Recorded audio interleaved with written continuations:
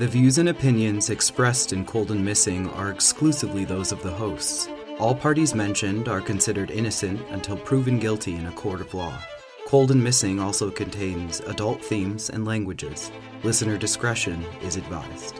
I'm your host, Allie McLaughlin-Solkowski. And I'm your co-host, Eli Solkowski. And this is Cold and Missing, where we cover cold cases and missing person cases. Hello, everyone, and welcome back to Cold and Missing. I'm Allie. And I'm Eli. Welcome back, everyone. As always, at the top, I just like to say thank you when we get some new reviews in the podcast. And I saw several come in this week, so thank you so much if you took the time to do that. We really appreciate it. The podcast really appreciates it. And all these cases that we cover, that's doing the work, that's advocating for them because it helps other people find the podcast and listen to it. It's all an algorithm machine, unfortunately, so it really, really helps when you take the time to rate and review. I really appreciate it. I appreciate you being on the same journey and mission with us with what we're trying to do here at Cold and Missing, so yeah. But we are on episode 117 this week.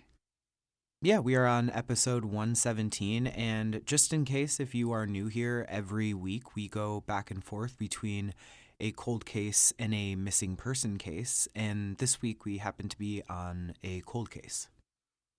So should we just get into it? Let's do it. So just as a bit of a content warning at the top, this case does involve a young person. Today, we are talking about the cold case of Hannah Truelove. And this takes place in August of 2012 in Gainesville, Georgia. But first, a little bit about Hannah. Hannah is 16 years old in 2012. She has just started her junior year of high school. She's also just learning how to drive and had a goal of driving to school that year. She had 2 cats and a little Yorkie named Jake. She had dreams of becoming a veterinarian.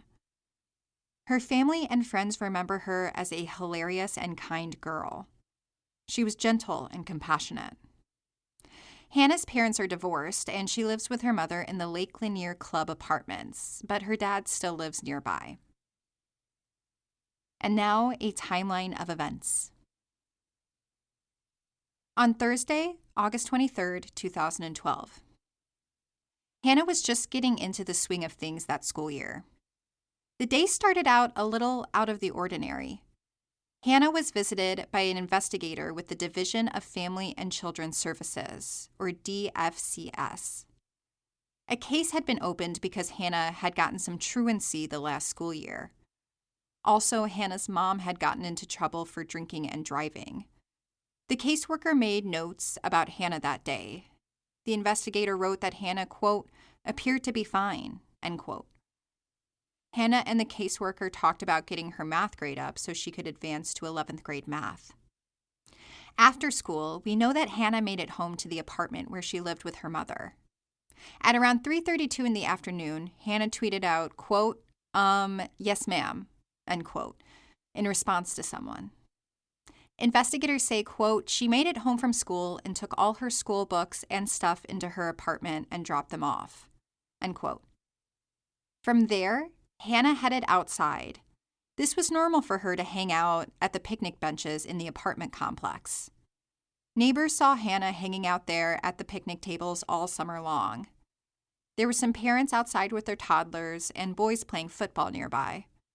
Several people saw Hannah.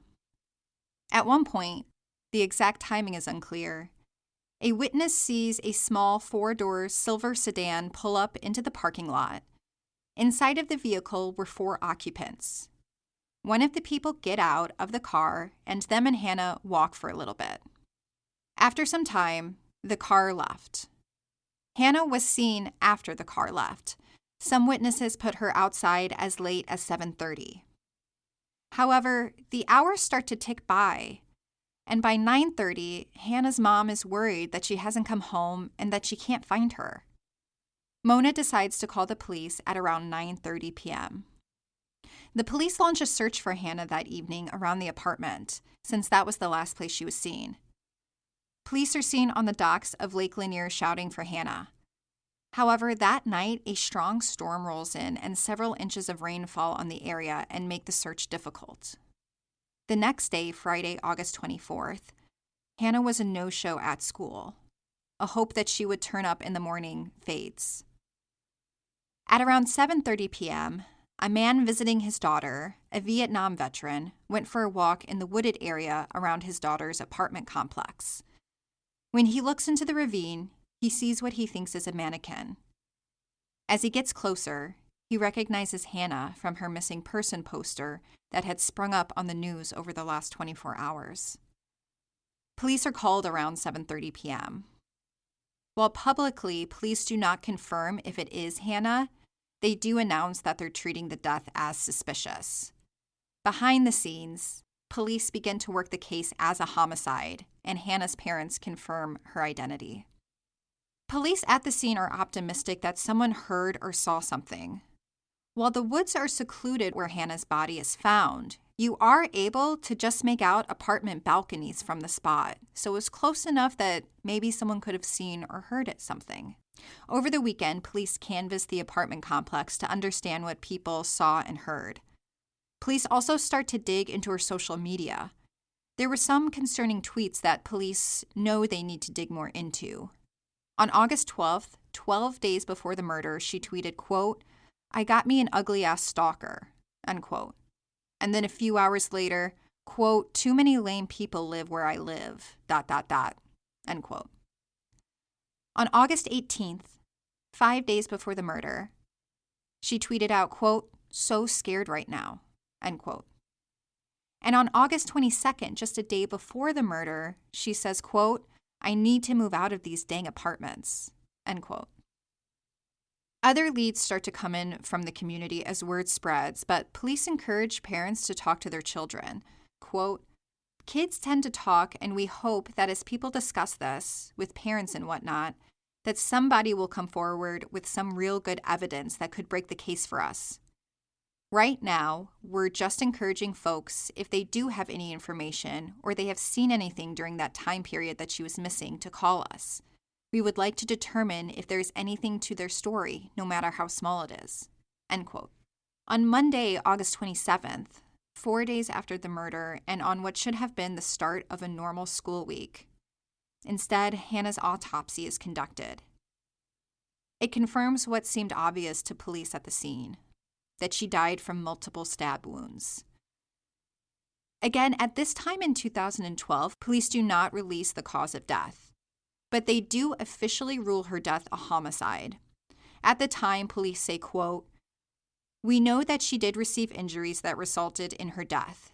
Injuries on her body were indicative that she died from a violent death," end quote. Police at this point are operating with the belief that Hannah was killed by someone that she knew, that this was not a random act. Quote, "We have information that would lead us to believe that this was a person that the victim knew," end quote. Her family and friends are shocked by her death. Her father stresses that she hadn't voiced any concern about living in the apartment complex, and that if she had, he would have let her live with him. On Tuesday, August 28th, it's been 5 days since the murder, and police are busy chasing down the leads that have come in. Police also take the time to interview friends and students from Hannah's school to see if they have any additional information on Hannah. Police allude to the fact that there are a couple of people that they would like to talk to, but they haven't been able to yet. On Wednesday, August 29th, just shy of 1 week from her murder, Hannah's funeral is held and she's laid to rest. 2 weeks after the murder, on September 7th, police announced that they're looking for a late 1990s to early 2000s four-door sedan, possibly a Chevrolet or a Dodge. The car is light silver in color, but with a lot of front-end damage at the time of Hannah's murder. The driver's door was also lighter in color than the rest of the car as well, either a lighter silver or white color. I believe that this car is the car with the 4 occupants that arrived at the apartment the day that Hannah was murdered. It takes years for police to mention this next part, but they confirm that these people in the car are just people of interest. Police confirmed that Hannah was seen alive after the car left.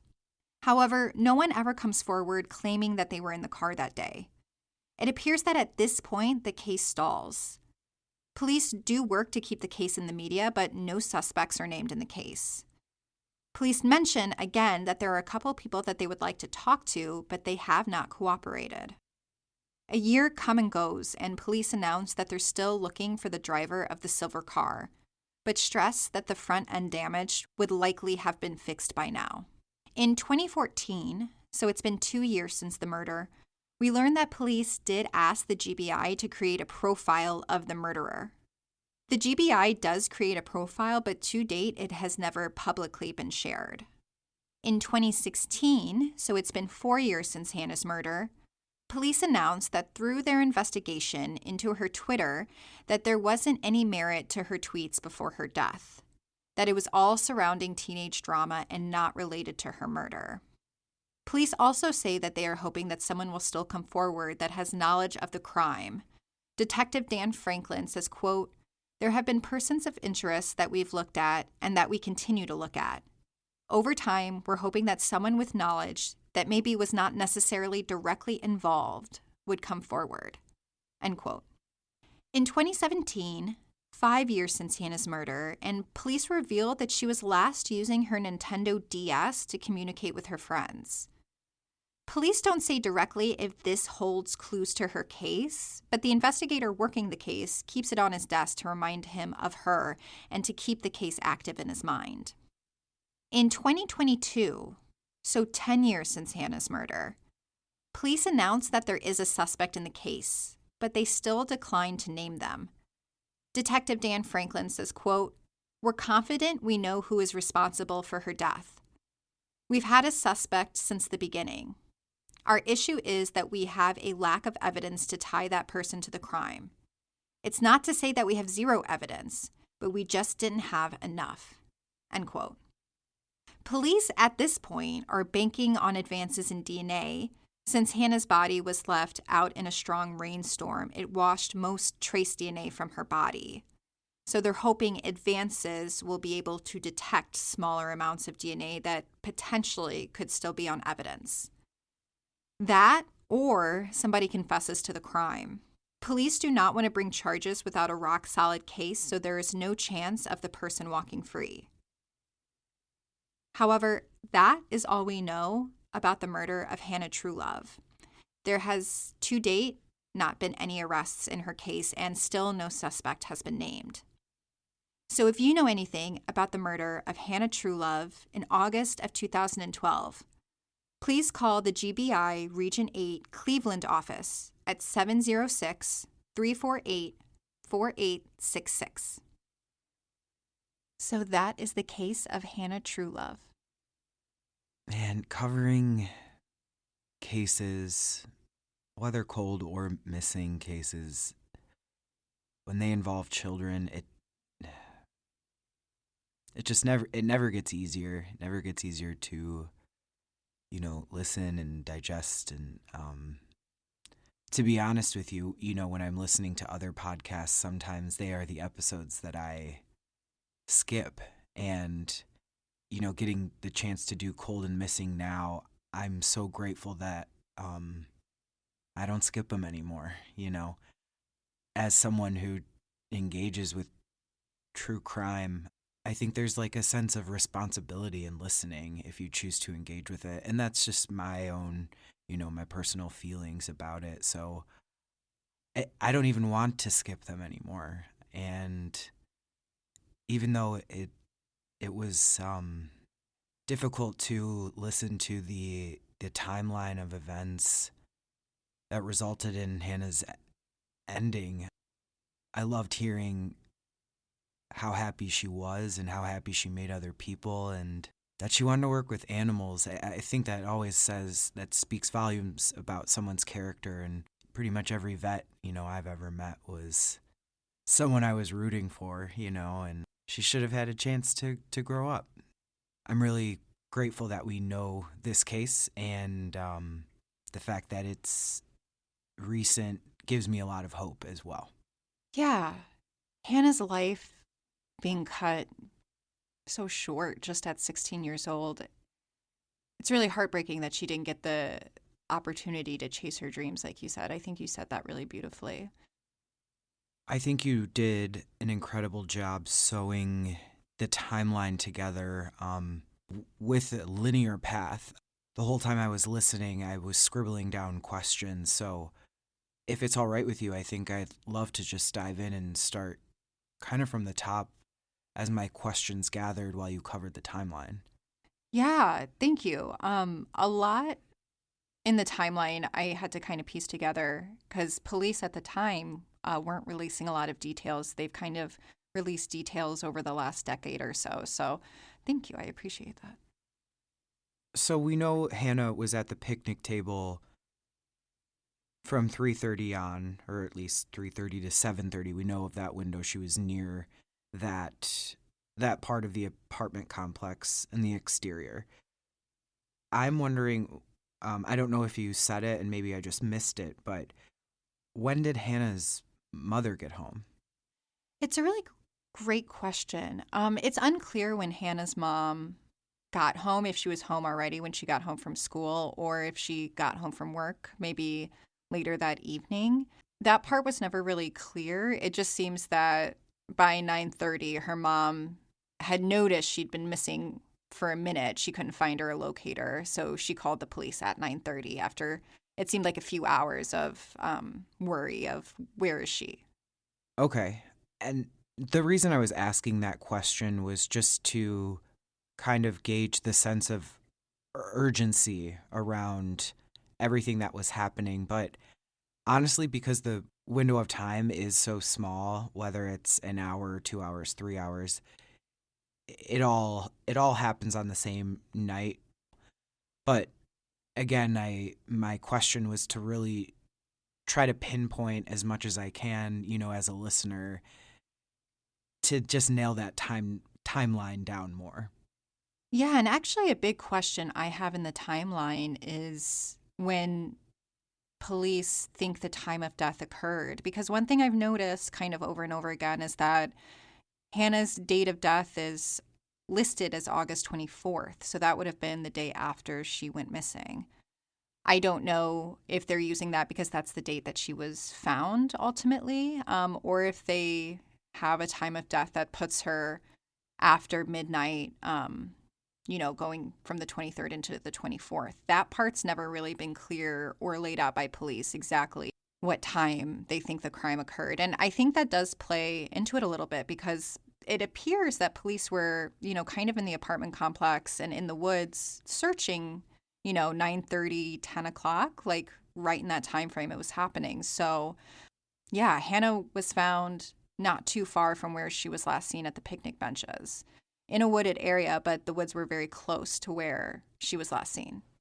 I'm also curious of, where she was found. You used the word ravine, and maybe that was the word that was also used in, media coverage of her case at the time.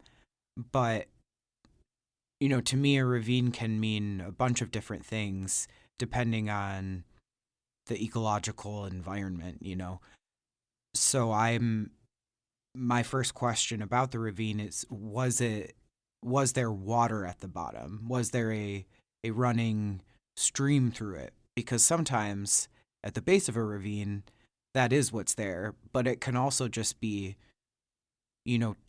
two steep edges with a small wedge of space in between that can collect water if there's a storm, which there was in this case. So I'm just curious again as to what that looked like and if she was found underwater or kind of to the side, maybe in foliage or sticks or... Yeah, so this wooded area is leading up to Lake Lanier. There, from my understanding, there aren't necessarily trails going throughout it, but it's not so dense that you can't move through it to get to the lake, is kind of what I understand. So this ravine where she was found would be the latter of what you said, the shallow place between two high, steep spots. It did not normally have water running through it, but because of the intensity of the storm the night that she went missing, there was water running over her at some point. Police said that she would have been fully submerged in water at one point of running water from the storm. Okay. So that leads me to my follow-up question, which is, do you think that the perps or the perpetrator or perpetrators, whoever committed this crime, do you think that they were counting on the fact that there would be a storm that night?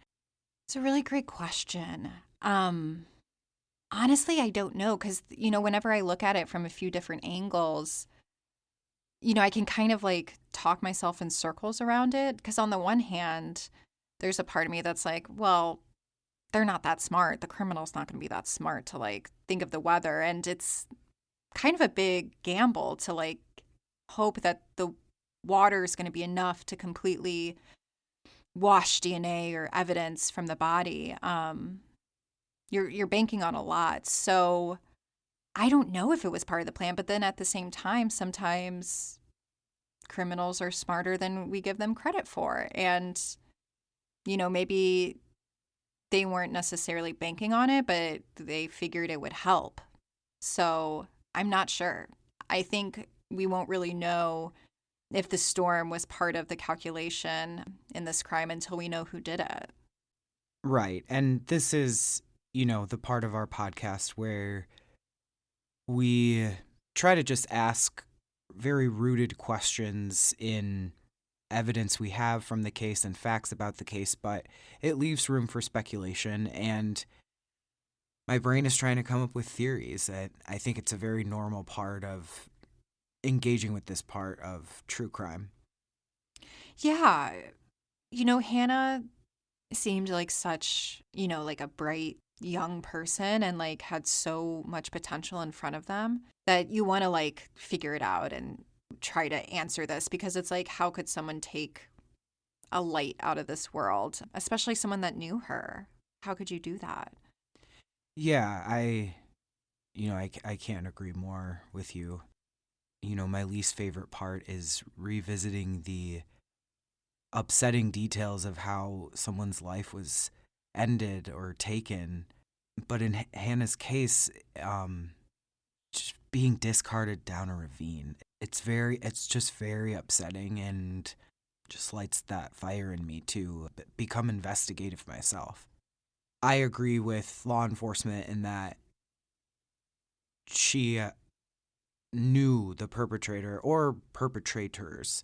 I know law enforcement said that the tweets had nothing to do with her death, and that's fine. But at least for me, while this case is fresh to me, I'm interested. Quite possibly my brain is trying to correlate them to come up with an answer, but the tweets for me led me to think that someone was bothering her, and it's possible that that person lived in the complex or someone who lived close by who knew where she lived, which in both of those circumstances, those people would know those woods. So again, my question to you is, do you think, as far as perpetrators go, that either of those are possibilities here in relation to the tweets as well? Yeah, I would be very curious to have like all of her communications. We know she was using her Nintendo DS to communicate with people. She didn't have a phone at this time. From my understanding, she didn't have a cell phone. So I would be curious to read all her social media that police have and like, those direct messages, the private messages, all of that to get a better understanding. Because I don't know if I'm just trying to like force meaning into the tweets in order to solve this case. But yeah, to me, it's like, okay, like, sure. Maybe, the one where she says, I got me an ugly ass stalker. Like, yeah, okay, maybe that's referring to a boy at school. But she mentions like the apartments, like, I need to get out of here. Like, there's like weirdos where I live, and I'm very much paraphrasing here. We'll have the tweets on our Instagram at Cold and Missing, so you can see for yourself. But she mentions just the people in the apartment a few times, which wouldn't be related to like her teenage drama, unless maybe some kids from school also lived there too. But still, like, I don't know. It's just referencing the apartments is just kind of like an adult issue to me for like a teenager to be tweeting out. Like, I don't know. That's just my thought. It didn't seem just like teen drama to me, but again, I don't have all of the facts and all of the evidence. Which brings me to my next thought or question. Do you think that police or law enforcement were holding cards close to their chest because she's a child, because she's a minor? I do think that's some of it, yes. And, I can't help but wonder if, like, part of the reason they never named, like, a suspect or anything is because maybe they're a minor, too, in 2012. Again, all speculation, but it's just something I wonder if that's why nobody was ever named and things were kept really close. And, like, police seem to, like, kind of imply, like, parents talk to your children. And then also kind of seem to talk to kids of like, maybe you weren't there, maybe you weren't involved necessarily, but know something. So it seems like, to me, police believe that whoever did this likely talked to someone, likely told someone, or somebody would have known maybe that they were going to see Hannah or meet Hannah or talking to her that day, whatever the case may be. So that's what I kind of wonder in their silence in this case specifically, and how they've dropped details over, the years. Well, again, just like my hope with every episode, I'm grateful to know Hannah Truelove now, and I hope that us covering the case will spark some more people to do their own investigation. Maybe some more people cover the case and something happens, we see movement, and I would love nothing more to see this case solved. Yeah, I'm hopeful that this case will be solved. It does seem like police feel pretty confident in their suspect. I really hope it's not tunnel vision and, they do have their sights on the right person. Hopefully, the technology gets there and we're able to pick up more DNA or more evidence or whatever it is they need to really bring those charges and bring justice for Hannah. It wasn't that long ago. People still have memories from that time. Somebody knows something. So again, if you know anything about the murder of Hannah Truelove in August of 2012, please contact the GBI Region 8 Cleveland office at 706-348-4866. You will be able to see pictures of Hannah and details about the case on our Instagram at Cold and Missing.